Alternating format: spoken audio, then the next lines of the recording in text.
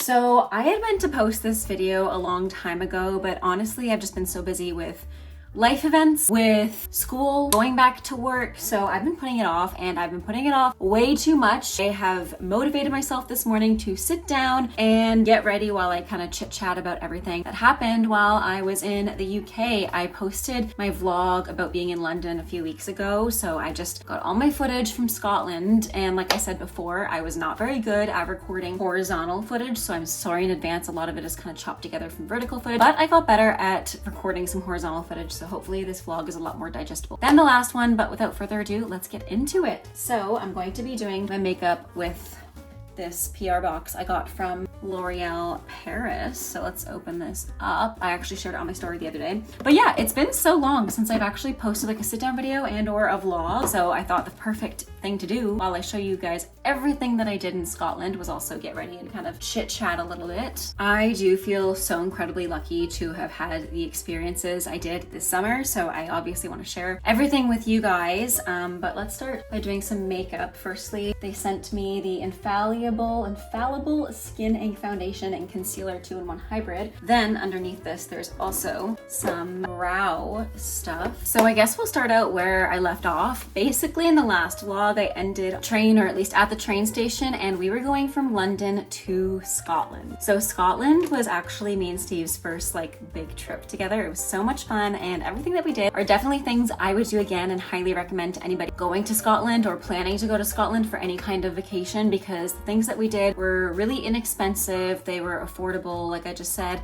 They were very good for people who like heritage sites and explore nature. We did a lot of hiking. We did a lot of sightseeing. We did a bit of museum tours, and we also did some really like cool tours to immerse ourselves in the Scottish culture. So it was very, very cool. We definitely didn't have enough time to do everything. So if there are things that I left out that you think were amazing that you did when you went to Scotland or you want to do, please let me know, because I definitely want to go back to Scotland again. I don't know how I would afford it, but maybe one day. But anyways, like I said, we left off the last vlog and I was getting on the train to go from London to Inverness. Now this train was an 8-hour train. It did get rerouted because there was an incident on the train, which we were not in a rush, so it didn't matter to us. Didn't matter either way because safety first. We ended up getting to Inverness close to like 10 p.m. So I didn't really record anything because we got there so late. And if I were to recommend any mode of transportation to anybody who's going to Scotland, it would be the train, because not only do you get to sit, relax, not worry about driving, especially on the left side of the road, but you also get to see the countryside, the Highlands. You also get to see the beautiful scenery, again, without having to worry about driving. And you don't have to worry about the hassle of an airport and the stress that an airport brings. At least I get very, very, very, very, very stressed out with flying and very nervous. So yeah, I loved the train. It was so fun. It felt so safe. It did get us there late, but they gave us a 100% refund because we were so late. So again, I really cannot complain. So I'd highly recommend the LNER train. It was so cozy, so fun. The scenery was so beautiful. Check it out. Like I said, we took the train, and I would highly recommend the LNER train. They were really, really good. They actually gave us a full refund, like I mentioned before, and the seats were really comfortable. It was really clean. The food was good, and it's honestly one of the best ways to see the countryside, and seeing the Highlands of Scotland is something you just have to do on the train, or at least in a car. But if you don't want to drive on the other side of the road, if you're used to driving on the right side of the road versus the left, the train is such a great way to go. Taking the train was also relatively affordable as well, because a plane would have been way more expensive, way more of a hassle. You'd have to pay for luggage, but the train comes with luggage. It wasn't that expensive. And again, you'd probably have to pay for car insurance and gas. But anyways, look at these views, guys. The camera and the videos don't even do it justice, because I've quite literally never seen anything more breathtaking than the views of Scotland. Day one of Inverness was so wonderful, and I share a little bit more about it in the next clip. So I'm going to go in with, let's see, shake well before use, and apply some concealer. I'm actually getting ready to go into work, but yeah, we're here now. The first day we got to Inverness, we actually went straight to Loch Ness first thing in the morning. We took the bus, and yes, it was a lot of busing and training, but again, it was so worth it. We didn't have to worry about renting a car, the cost of gas, the cost of insurance, like all of those things. Taking the public transit was so easy. So again, I'd highly recommend it if you're someone who is looking to not break the bank, who is on a budget, but also wants to see Scottish Highlands. So we took the bus from Inverness and we took it 30 minutes south to Doris Beach, and that's part of Loch Ness. Honestly, we didn't go to the more touristy area of Loch Ness, and I don't regret it because it was so quiet when we got there. It was literally just me and Steve. It was so romantic, so beautiful, so stunning, and yeah, I'll show you some clips of Doris Beach. And it was a rock beach. Again, it was just the two of us. A couple more people did trickle in as the day went on, but I'd highly recommend going first thing in the morning because if you can get there before everybody else, it's so calm, it's so gorgeous, it's so breathtaking. And we got there in the morning and it was just spitting rain. It wasn't honestly that rainy, but definitely pack rain gear. Seeing Loch Ness if you're going to Scotland is also a must because A, you might see the Loch Ness monster, and B, it was so quiet. I was so surprised by the little number of people here. There were only us and a couple of other people. When we first got there, you can quite see we're literally alone. It was beautiful. Doris Beach, I would highly recommend. It's quite a hidden gem because it's not somewhere that's more touristy, but it was so worth it. Look at the rocks, look at the views. That's Nessie, by the way. Totally not the wake from the boat. That's Nessie. I mean, look at that. Looks suspicious to me. But like I said, it was such a beautiful morning, and going here first thing in the morning to beat the crowds, but again, there were like no crowds, was such a good idea because we were able to enjoy this view alone. We took the bus and the bus was super inexpensive on the way down, and we got a return ticket on the way back. When we got to Inverness, we were famished. We explored a little bit, but we also had lunch when we got there. I had to touch every single rock just in case Outlander was a real thing. But we walked around the town, just explored a little bit, went to a couple of bookshops and some tartan shops, and then we got lunch. Like I mentioned before, the lunch was really good.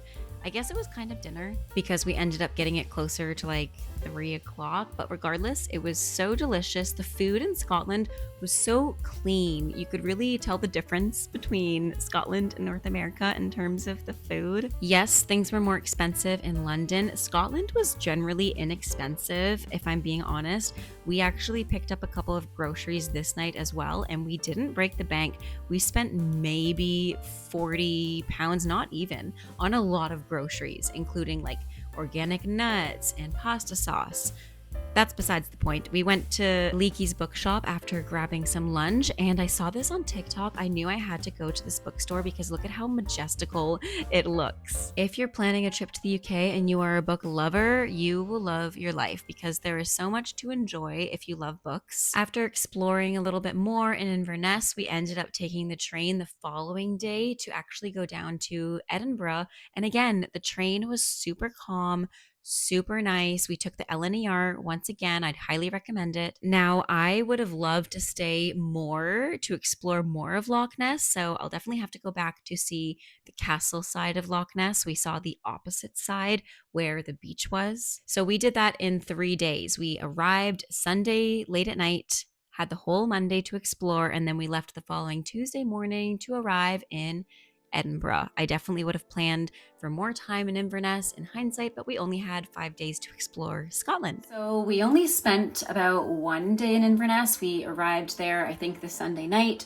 We stayed over for the Monday, and then we left the Tuesday morning to go to Edinburgh. And this is the main reason I have to go back to Scotland. The Highlands were beautiful, but Edinburgh was such a beautiful city. Everybody was so kind. I loved every bit of it. It was like a dream. If you're truly into spooky stuff, and if you're really into, obviously Outlander is great to go to Inverness for. I'm sure parts of Edinburgh too. And there were a couple of things that I didn't get to do when we were up in the Highlands, like closer to Inverness. Like I didn't get to go to the Battle of Culloden. I think I'm saying that right. I'm so sorry and I apologize if I'm not, but we didn't get to go to the Battle of Culloden and I really wanted to do that. But again, I'll just have to go another time. But like I said, the Tuesday morning we went to Edinburgh. We were just blown away by the castle on a rock. Are you kidding? We were blown away by the bagpipes everywhere. We were blown away by the kindness and the beauty of the people and the energy and the city. If you don't know, a lot of Harry Potter is based off of Edinburgh, especially Diagon Alley, I think, is based off of Victoria Street. So we had to check out Victoria Street. It did get busier throughout the day. So if you are planning to go to Edinburgh, definitely try to get your sightseeing in the city done in the morning. And the same thing goes for Loch Ness as well as Arthur's Seat. So within the next few clips, you see how we spent our time at Edinburgh. First night, I think Steve actually got us a dinner reservation at the Alchemist, which I, again, highly recommend. They did a lot of drinks with like dry ice, dessert, and food with steam and on a hot plate. It was really, really delicious, really cool. It was like a whole experience. So I'd highly recommend the Alchemist for dinner, for places to go in Edinburgh. We went there the first night. We also toured around Greyfriars Kirk, I think it's called, Greyfriars Kirk. We did a lot of sightseeing. We went to the National Museum of Scotland. We went to the castle. We unfortunately could not get tickets in. It was during their very busiest season of the year because the following month, or the following week rather, was actually the Fringe Festival, which is the world's biggest art festival, I think. So we didn't stay for that, unfortunately, but it was probably good timing because it started to get really, really, really, really, really busy. So like I said, the first day we went to dinner, toured around the city a bunch. We didn't really have any concrete plans aside from dinner reservations, which I'd highly recommend to get if you're going to Edinburgh as well, because most places you do need a reservation at least the week before. So we had dinner reservation. We went to go tour around the castle. We didn't go inside once again because we didn't get tickets. That's another thing you have to plan for in the UK. Get your tickets to go to these things, even though a lot of them are free. Just make sure you reserve a spot. And lastly, we also went to Arthur's Seat, and that was probably the highlight of our whole trip for me, at least that in Loch Ness. And if you're someone who loves hiking, you love nature, but maybe you don't have the physical stamina and strength like I didn't at the time to be going up the really hard hike, there are different options, very differentiated. So if you need an easier hike, there's options. If you want a more difficult hike, there were people running, like people doing exercise and yeah, going pretty hardcore. So enjoy these clips of Edinburgh. Guys, this is where I fell in love with a city, because I have never been to a city where I feel like I belong more than Edinburgh. Everything was just so gothic, so old, so spooky. If you love spooky stuff, you've got to check out Greyfriars Kirk, I believe it's called. Yes, Greyfriars Kirk. This is the graveyard where Greyfriar Bobby is buried as well, and a lot of characters from Harry Potter are also here, or at least she was inspired by a lot of the names here to name the characters after. Some of the names here. Edinburgh felt so magical, and everybody was so kind. From what I understand as well in this city, they really, really take family and personal life seriously, and they don't make people work until super late. But anyways, I think that's also just a North American thing. Like, I saw a video, correct me if I'm wrong if you're from Edinburgh, but a lot of people start at 9 and then end at 4, so they have the rest of the evening to just hang out with their family. I mean, come on. The work-life balance alone in this city, from what I understand, is so nice.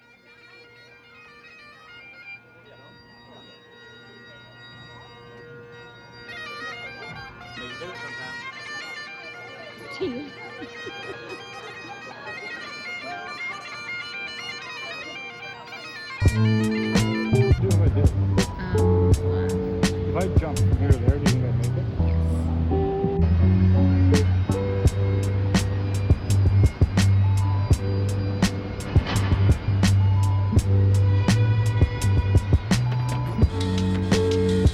First night that we were in Edinburgh, we went to the Alchemist for dinner, and guys, I can't even explain how cool these drinks were. Steve got this drink with like tea in it. I forget what was in this drink, but it was so cool with the dry ice. It was so entertaining to view and to drink. You definitely have to make reservations in Edinburgh and basically anywhere in the UK before going to these places. The staff were so kind as well. They gave us a lot of direction as to what drinks to get, which ones are more theatrical, which ones taste better. We obviously just want to get the most theatrical ones. I mean, look, how can you go to a place like this and not get bubbling cauldron-like drinks? And look at this one. This one was my favorite. It tasted really, really, really sweet, but just wait for it, guys. Just wait for it.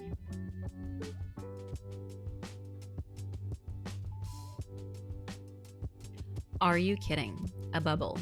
A bubble. Who thinks of this stuff? Anyways, I'd highly recommend going to the Alchemist. The food and the drinks were so delicious and tasty, and there are a lot of options. There's lots of vegan options, gluten-free, vegetarian, what have you. And again, the staff was just so kind, so nice, so helpful, and everybody was just having a good time there. So it was a great start to our trip in Edinburgh.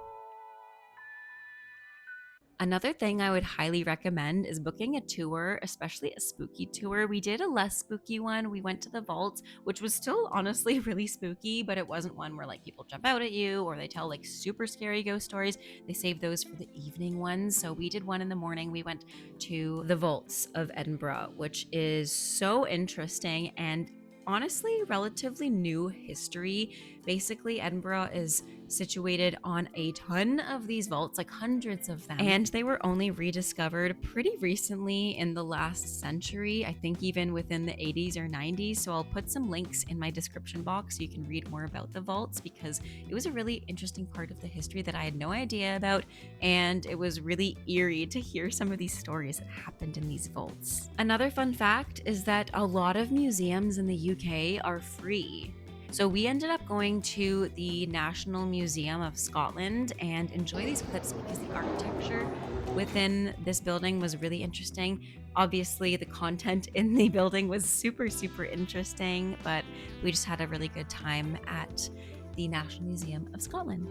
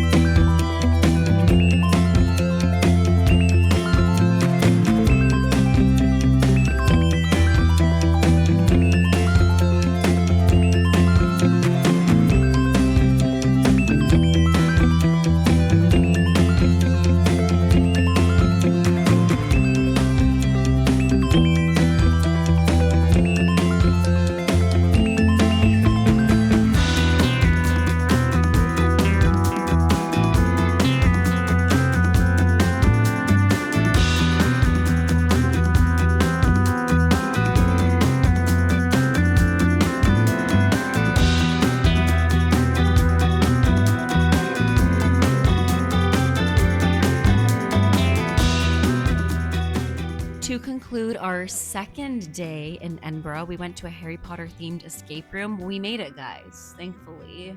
Yes, we fought and we bickered, and the guy behind the screen was probably laughing so much at us arguing during the escape room. I've never done an escape room before, so that was my first experience, and I got very stressed and claustrophobic, but we made it. It was so fun. And before the escape room, they also provided these drinks. We had these spooky cauldron-like elixirs beforehand, which was just what I needed to get me through the escape room. But again, it was so much fun. We ended up doing the Dark Lord one, so we brought the Dark Lord back to life. And anyways, the rest of the night we just chilled in the Airbnb, and then the following morning we went to Arthur's Seat. We did a huge hike. It was honestly the highlight of the entire trip, so enjoy these clips.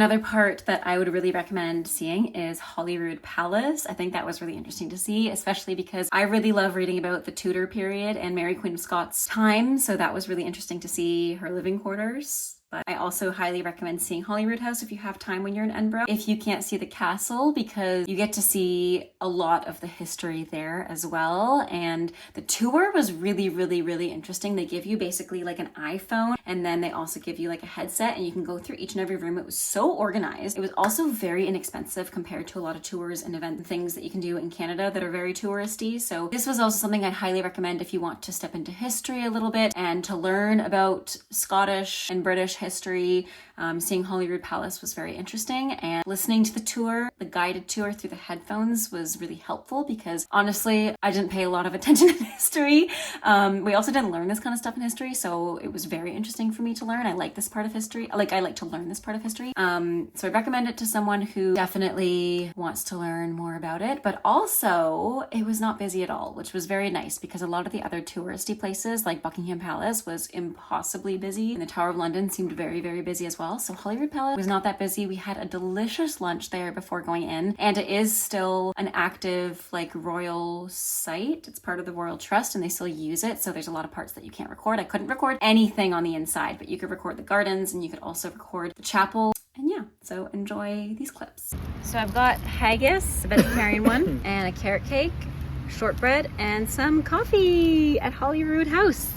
Now, like I said before, I couldn't actually record inside of Holyroodhouse, but I was able to capture the beauty, the essence, the architecture of the outside. You can see the little headsets that we were both wearing as part of the tour, which again was just such a smart way to organize a tour. I cannot stress enough how easy it is to get from Arthur's Seat to Holyroodhouse. So if you're trying to fit two things in one day, going to Arthur's Seat for a hike in the morning, grabbing lunch, then going to Holyroodhouse in Scotland and Edinburgh was such a smart idea because the two things were so close together, and it was a great way to see the beauty and nature of Edinburgh but also see the history. So that was really cool to get the best of both worlds. The food was also really good at the cafe at Holyroodhouse, so I'd highly recommend grabbing lunch there beforehand, and the gardens are so beautiful to walk through. Holyrood Abbey is actually the ruins of an Augustinian abbey, and the videos don't do it justice as to how beautiful Arthur's Seat is in the background of the abbey and Holyroodhouse, the Palace of Holyroodhouse, because seeing the Palace of Holyroodhouse, the abbey, and then Arthur's Seat in the background was so breathtaking. And fun fact, Arthur's Seat is actually an extinct ancient volcano. So there's just so much history to this land, and I feel so fortunate, so lucky, so incredibly overwhelmed with joy that I was able to experience this with Steve. After exploring the city a little bit more and actually doing the walk of the Royal Mile, which extends from Palace of Holyrood all the way to the castle, we walked to Calton Hill, which had a beautiful viewing point. There was the Nelson Monument, an observatory, and the National Monument, and we could actually see the sea, the North Sea. Guys, I'm telling you, this city is one of the most incredible cities I have ever visited. Not only were the views spectacular out of this world, but the people were so kind, and the architecture everywhere you looked was just so impressive. I also know that they're very, very, very passionate about arts, and I think I mentioned either later in this vlog or earlier that we actually ended up coinciding with the beginning of the Fringe Festival. At least our departure coincided with the arrival of people who were attending the Fringe Festival in Edinburgh, Scotland. So it was really cool to see the city get set up. People come in from all around the world to go and attend this Fringe Festival, and another cool thing was a bunch of these museums and art galleries were free, so we ended up going into an art gallery at the observatory as well. Then we finally had some haggis again and some whiskey, I guess some scotch I should say. During our last night in Edinburgh, I was so sad to leave. This flat was also so spectacular and in such a great area. We always felt so safe coming back, and it was huge. I mean, look at how gorgeous it is, guys. We are heading back to London and then we're heading home. This trip has been amazing. We've gone to Inverness, we've seen Loch Ness, we even saw Nessie. We went to Edinburgh, which is where we are now, and we're leaving. We've been here for 3 days, I think, 3 or 4 days, and now we're heading back to London for a couple days before we head back. This trip has been amazing. I've had so much fun. I've seen so many things. I'll have to do like a recap vlog when I get back home because there's just so many things I need to unpack and tell you guys, and so many things that have happened, and we've seen so many incredible sights as well. We went up to Arthur's Seat yesterday, which is in Edinburgh, and we had an amazing time. We did a whole hike up to the top, but I'm probably gonna start the vlogs chronologically, so this might be a second vlog, or at least the second half of a vlog. But yeah, we're heading back to London. Had I known how much I would love Scotland, I definitely would have extended my trip to have been longer and to arrive in London a day later, just so I would have more time to explore Edinburgh. I had spent quite a lot of time in London already. I was there for 2 weeks for school, so I feel like I got a good feel of the city. There were still so many things I didn't get to see. However, the hotel that we reserved was so far from anything, so when we came back, it literally took an hour to 2 hours to get into the city, either by tube or Uber. So we ended up just kind of staying in the area, eating at local restaurants to this area. So in hindsight, I definitely would have booked a hotel right in the city center because I spent a lot of money on this hotel and it was just not one that I would book again based on the location as well as based on a couple of other things, but I won't get into that now. We're out here, Canary Wharf. How are you feeling? Good. Amazing. Sunset about to happen. Going back to the hotel. Like I said earlier, I definitely would have spent more money in hindsight, now looking back at it, on a hotel that's closer to the city center, so we had less traveling to do because we were both so traveled out.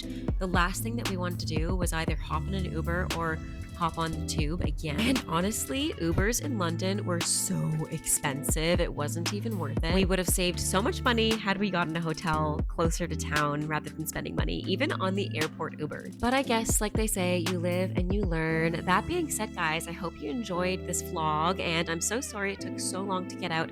I've been so busy with school, with work, with life, but it has been such a joy to relive this trip. It's already September and this happened in July. So like I said, it's been a trip that I will never forget. And let me know if you guys want to see some kind of video where I go over things that I would have done differently or things that I think you should do if you're traveling to London or to Scotland. And the next few clips are just us arriving home.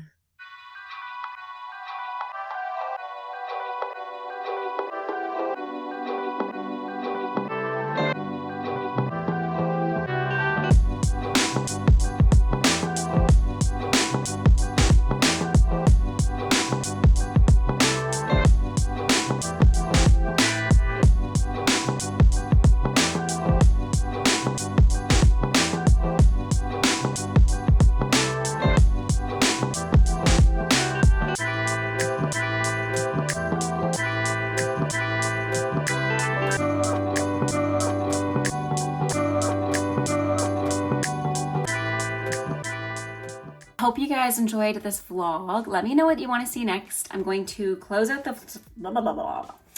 I'm gonna close out this vlog by applying some of this. It's 16 hours, so let's see. I also apologize for this vlog style being kind of all over the place, but I've been meaning to, tastes good too. I have been meaning to post this vlog for so long. It is September now, so better late than never. Please let me know what you guys want to see next. And I definitely want to get back into vlogging more regularly, so I promise to get back on that. Anyways, have a great rest of your day. Stay safe, happy dancing, and until next time, bye now. And also let me know if there are any other questions you have about my trip to Scotland. I hope this vlog was helpful. If you are interested in traveling to Scotland, maybe I'll make like 10 things you should do or 10 things you should know before going to Scotland. Not that I'm super qualified, but at least my experience, I can give you the do's and the don'ts, or the things you need to do, such as making reservations to see sites or what places to go to that are kind of hidden gems. Anyways, have a great rest of your day. Stay safe, happy dancing, and until next time, bye now.